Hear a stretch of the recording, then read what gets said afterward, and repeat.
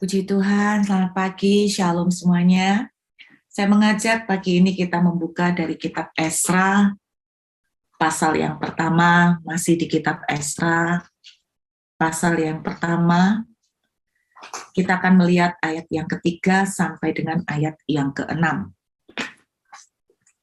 Siapa di antara kamu termasuk umatnya, Allahnya menyertainya. Biarlah ia berangkat pulang ke Yerusalem yang terletak di Yehuda dan mendirikan rumah Tuhan Allah Israel, yakni Allah yang diam di Yerusalem.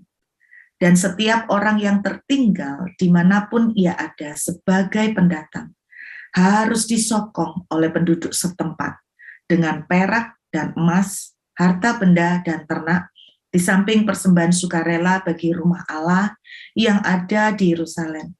Maka berkemaslah kepala-kepala kaum keluarga orang Yehuda dan orang Benyamin, orang Yehuda serta para imam dan orang Lewi, yakni setiap orang yang hatinya digerakkan oleh Allah untuk berangkat pulang dan mendirikan rumah Tuhan yang ada di Yerusalem.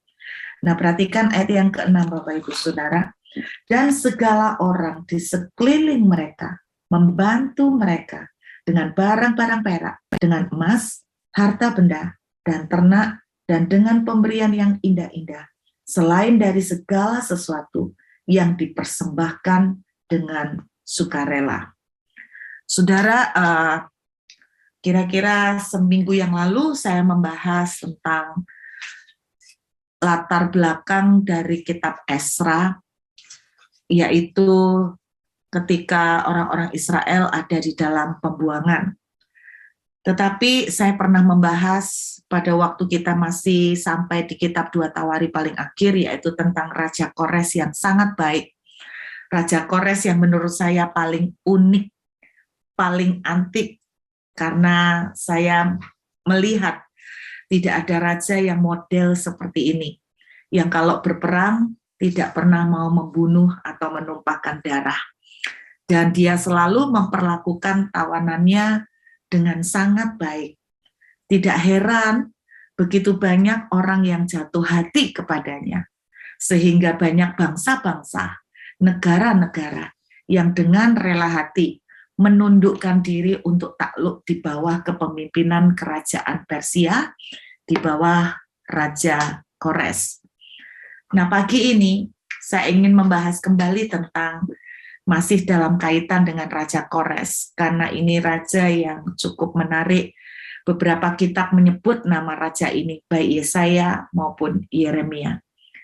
Kira-kira 2 kali pertemuan doa pagi yang lalu, saya membahas tentang bagaimana kebaikan hati Raja Kores itu bisa menarik perhatian Tuhan. Bahkan jauh sebelum Raja Kores itu ada. 150 tahun sebelum Raja Kores itu lahir, eksis.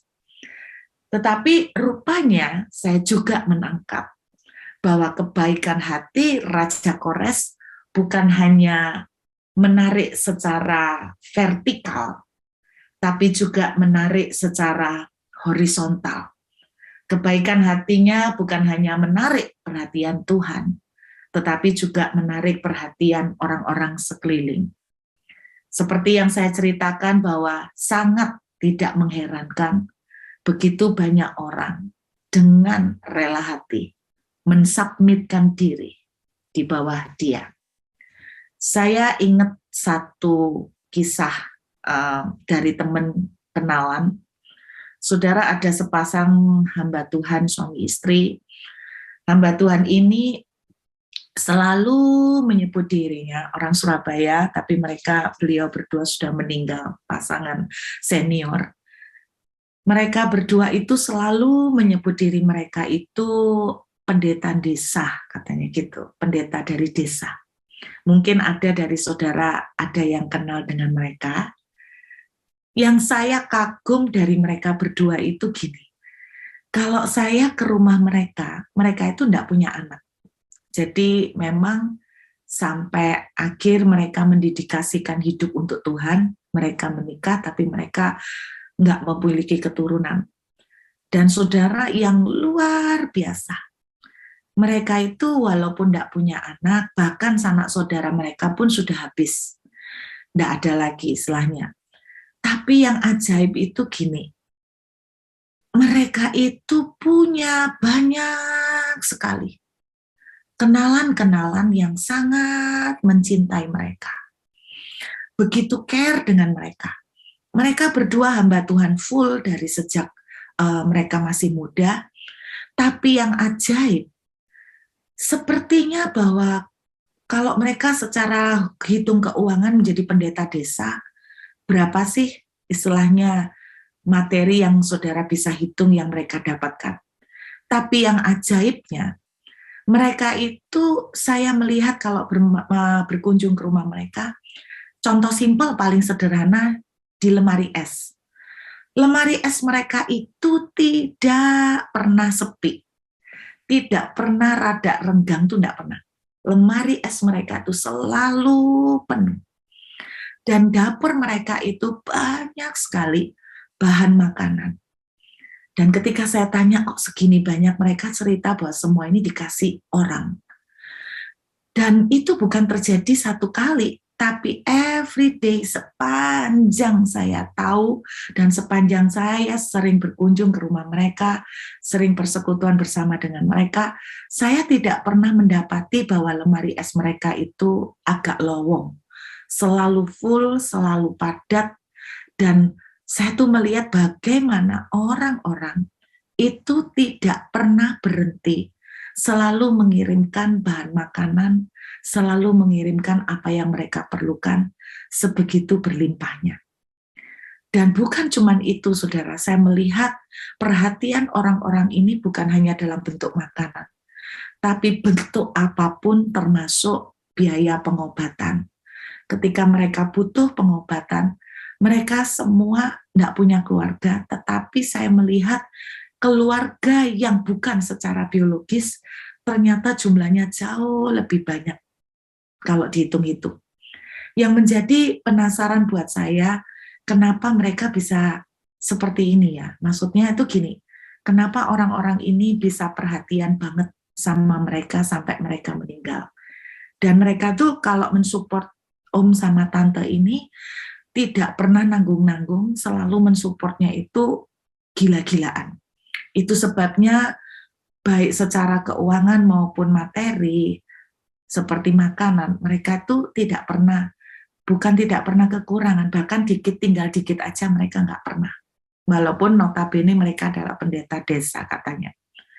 Kenapa bisa terjadi seperti itu? Saya mengajak kita membuka satu ayat terlebih dahulu dalam Matius pasal 5, ayat yang ke-16.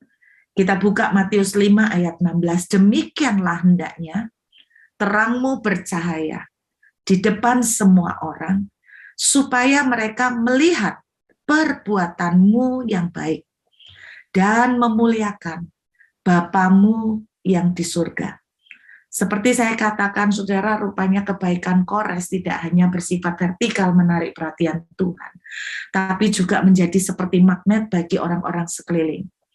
Saudara, saya ingat kata-kata yang disampaikan oleh mentor rohani saya, yang itu menjadi selalu menjadi terngiang-ngiang di dalam hati saya. Kata-katanya begini, mentor saya ngomong begini, ingat ya, sehebat apapun khotbah kamu di atas mimbar, dia bilang begitu, sehebat apapun khotbah kamu di atas mimbar, kalau kamu gagal membangun hubungan dengan orang lain, maka semua khotbahmu itu akan sia-sia.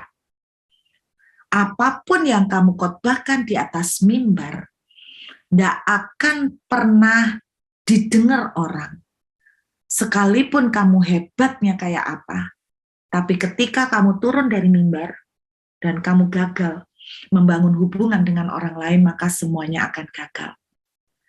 Saudara, saya dulu awal-awal waktu dikasih tahu kata-kata ini, saya tuh tidak ngeh tentang membangun hubungan. Nah, rupanya berjalan dengan waktu, saya semakin mengerti begini. Bapak Ibu setuju enggak bahwa 90% berkat yang kita terima itu datang dari Tuhan dalam bentuk lewat orang lain. Setuju enggak? 90% berkat yang kita terima datang dari Tuhan pastinya, tapi dalam bentuk lewat orang lain. Entah orang itu kasih kepercayaan buat kita, atau tiba-tiba ada orang yang memberikan berkat buat saudara, tapi rata-rata itu berkat dari Tuhan lewat manusia, lewat orang lain, lewat seseorang. Kan mungkin bisa terjadi, tapi mungkin seumur hidup bisa sekali aja. Saudara pernah enggak dapat duit langsung ketiban dari langit? Tiba-tiba tidur, bangun tidur, tahu-tahu hujan duit di kamar saudara. Enggak usah hujan, atau satu aja. Tiba-tiba bongkahan emas kecil jatuh dari atap. Nah, jarang kan? Mungkin ada, bisa terjadi. Saya ingat ada kejadian nyata di Surabaya. Jadi ini orang, anak Tuhan, beli rumah, tapi dia itu enggak punya duit. Enggak punya duit banyak, sehingga beli rumah di daerah Manuan, Bapak Ibu. Nah, jadi rumah itu kecil sekali dan jelek, karena mampunya dia begitu. Nah, ketika rumah itu dia beli, ternyata setelah hujan, rumah ini kebanjiran. Wah, setelah banjir, rupanya keramiknya pecah. Dan di luar dugaan ketika keramik itu pecah, dia itu melihat ada sesuatu seperti, kok ada kayak apa ya ditanam di bawah keramik. Ternyata pada waktu dilihat, itu keramiknya, saudara. Di bawahnya itu rupanya ada ditanam emas. Nggak tahu siapa yang nanam, mungkin bukan pemilik sebelumnya, tapi mungkin jauh lebih lama dari sebelum itu. Intinya dari emas itu, dia beberapa tahun, berpuluh-puluh tahun yang lalu ketika beli rumah itu harganya sekitar 90 juta. Oh, lama sekali.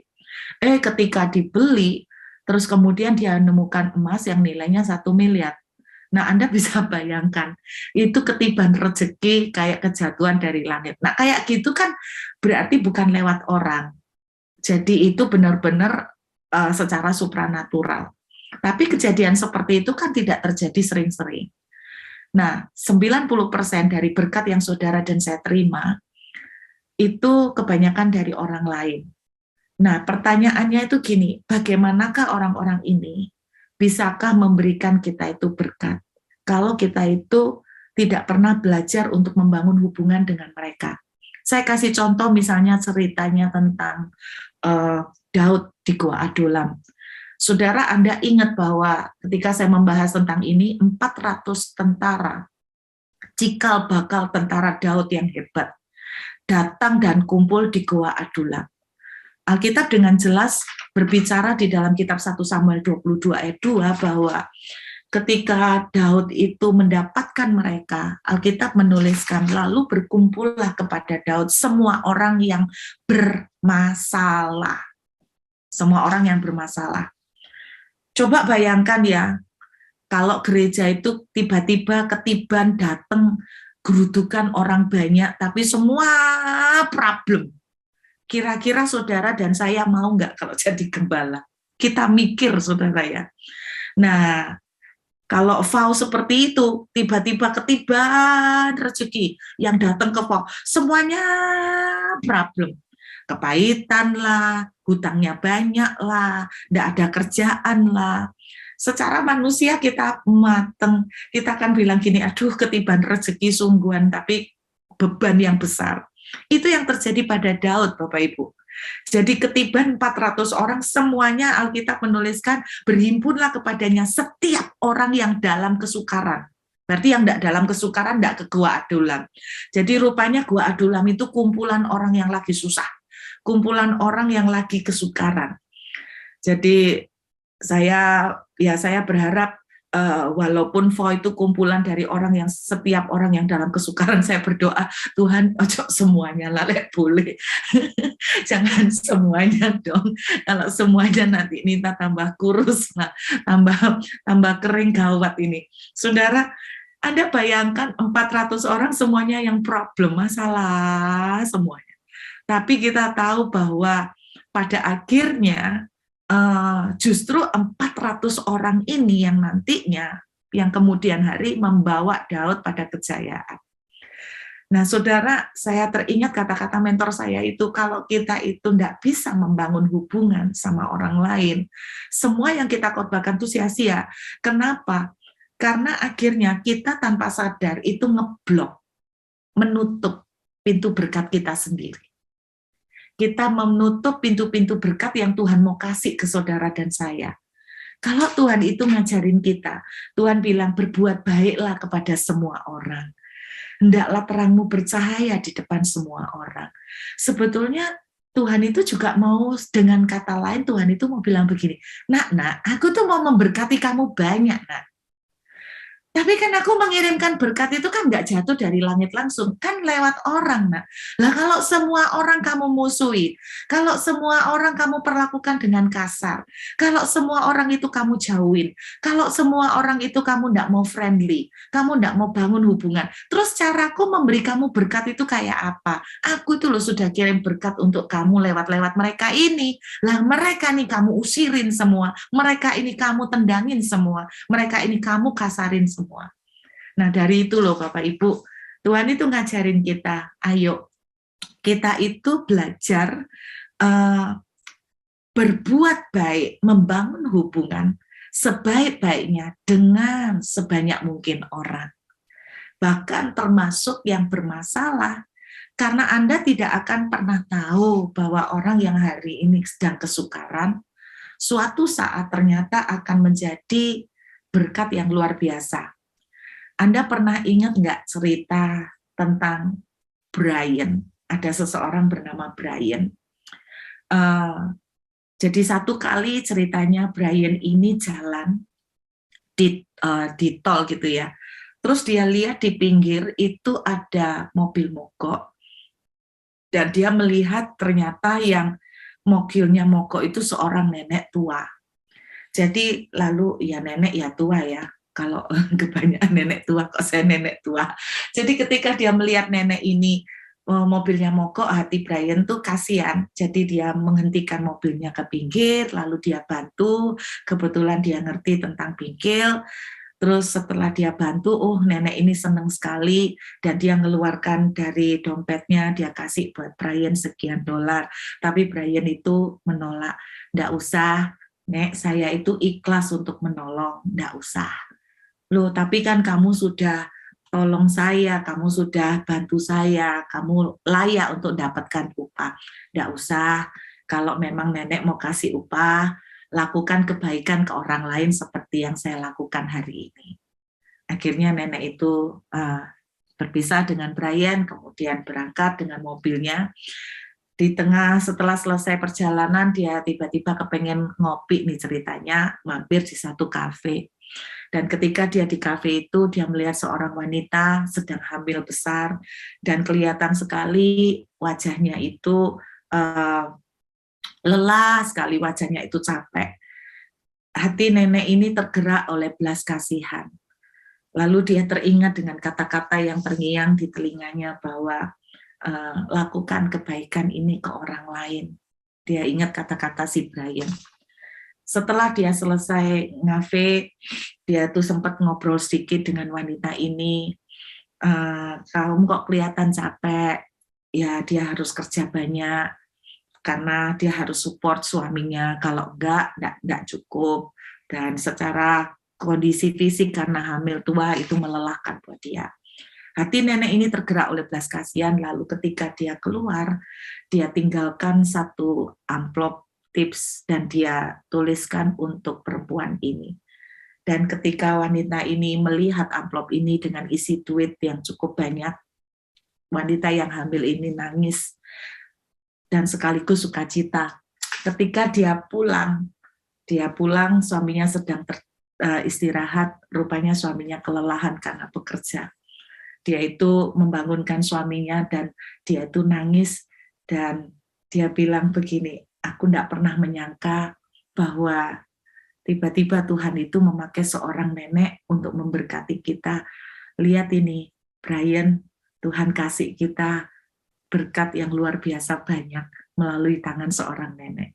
Ternyata suaminya adalah Brian yang tadinya nolong nenek membetulkan mobilnya. Saudara, saya percaya bahwa ketika kebaikan yang kita kasih ke orang lain, bahwa pada akhirnya kebaikan itu akan balik ke kita. Entah dengan cara apapun, kebaikan itu akan berbalik ke kita. Pagi ini biar ini menjadi sebuah perenungan buat kita semua.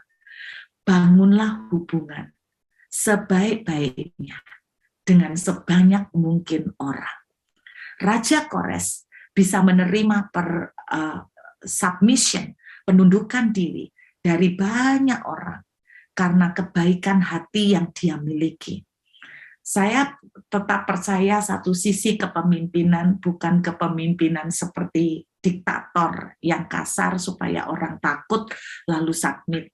Saya tetap mempercayai satu tipe kepemimpinan seperti Raja Kores, bahwa tapi kalau orang kebaikan katanya dimanfaatin.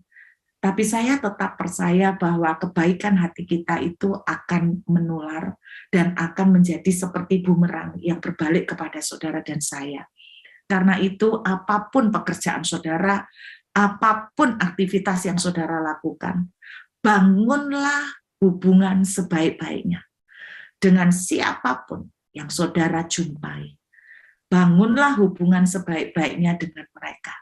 Karena Anda tidak akan pernah tahu bahwa Tuhan mau membuka banyak pintu-pintu berkat. Itu melalui orang-orang yang Tuhan bawa dalam hidup saudara. Termasuk sekaligus orang-orang yang sangat menyakitkan hari ini. Orang-orang yang sangat menjadi duri dalam hidup saudara. Tetaplah membangun hubungan yang baik. Tetaplah membangun kebaikan dengan orang-orang sebanyak-banyaknya. Karena saya percaya Tuhan membuka banyak pintu berkat. Amin Bapak Ibu. Jadi walaupun hari ini ketemu dengan orang yang menyakiti, tetaplah baik. Karena you will never know. Satu hari dia akan menjadi seperti tentara Daud. Yang dirubah justru membawa saudara pada puncak kejayaan.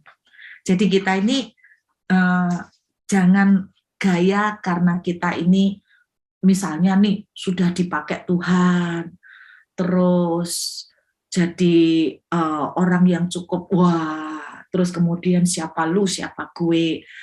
Kita tidak akan pernah tahu bahwa satu titik kita membutuhkan pertolongan. Jadi bangunlah hubungan. Ingat baik-baik Bapak Ibu, seberapapun hebatnya cara saya berkhotbah, cara kita berkhotbah, cara kita action di dalam pelayanan. Nah, kebetulan ada Jason, sebagus-bagusnya Jason nyanyi. Kalau kita nggak bisa membangun hubungan, itu nggak akan bertahan. Kalau misalnya seorang artis itu sombong, terkenal angkuh sekali, saudara satu titik nggak ada yang mau deket sama dia, nggak ada yang mau istilahnya, nggak ada yang mau peduli, nggak ada yang mau perhatian. Saya berharap bahwa Anda bisa nangkep satu prinsip ini. Tuhan membukakan ini salah satunya mengenai Taman Eden. Tapi nanti mungkin saya khotbahkan di kesempatan lain. Ternyata 4 sungai yang terjadi di Taman Eden itu bicara tentang membangun hubungan. Jadi saya ingin mengingatkan pagi hari ini Bapak Ibu bahwa sebaik-baiknya kita action di dalam karir, dalam job kita, tidak akan pernah ada artinya kalau kita gagal membangun hubungan. Jadi mari kita berusaha membangun hubungan yang sebaik-baiknya dengan sebanyak mungkin orang. Saya percaya Tuhan mau kirimkan banyak blessing buat saudara dan saya. Tetap baik, sekalipun sakit, tetap baik, tetap tersenyum, karena Anda tidak akan pernah tahu blessing in disguise, berkat di dalam samaran yang bisa terjadi buat kita. Ya, sekali lagi kita berdoa, Tuhan, kami mengucap syukur buat pagi hari ini. Kami datang ke hadapan, ajarin kami Tuhan lebih lagi untuk memikirkan dan mempertimbangkan hal ini, bahwa kalau selama ini kami tidak peduli sama orang lain, Kami cuek dan kami berkata, gua enggak butuh lo, tapi saya berdoa pagi ini Tuhan, kami akan berubah, kami belajar untuk memahami strategi Tuhan. Bahwa seringkali Tuhan memberkati kami melalui banyak orang-orang di sekeliling kami. Karena itu ajarin kami Tuhan, seperti Raja Kores juga, bahwa ketika orang-orang ini tergerak untuk memberi, adalah karena mereka melihat juga kebaikan dan teladan dari Raja Kores. Kami berdoa kami bisa menjadikan hidup kami seperti yang Tuhan mau, menjadi terang. Sehingga orang itu juga mau datang kepada Tuhan karena melihat terang di dalam kehidupan kami. Terima kasih Bapak.